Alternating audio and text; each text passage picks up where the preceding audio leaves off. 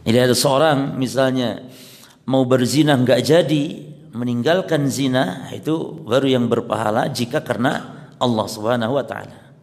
Jelas ya? Kita sekarang tidak korupsi, tidak berzina, tidak berbuat maksiat sekarang kita karena tidak terpikirkan. Yang seperti ini tidak dapat pahala. Itu terkiyah adami namanya.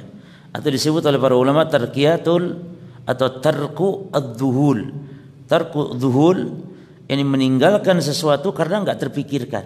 Maka enggak berpahala seperti ini. Beda dengan dia meninggalkan sesuatu dengan adanya tekanan, adanya niat, adanya dorongan. Maka tarkiyah wujudi syaratnya ada dua. Yang pertama al-qasdu, harus sengaja meninggalkannya. Dan yang kedua harus ikhlas karena Allah. Ada orang meninggalkan merokok alasannya karena dokter melarang, karena sakit jantung, bukan karena Allah. Bisa jadi dia berkeyakinan merokok tetap halal, namun dia meninggalkan karena apa?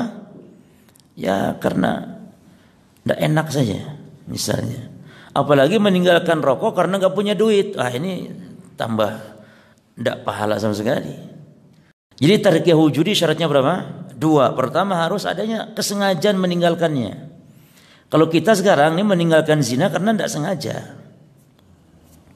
Tapi ada orang yang mau berzina nggak jadi, ditinggalkan sengaja karena Allah, berharap karena pahala dan takut kepada Allah, maka itu yang berpahala.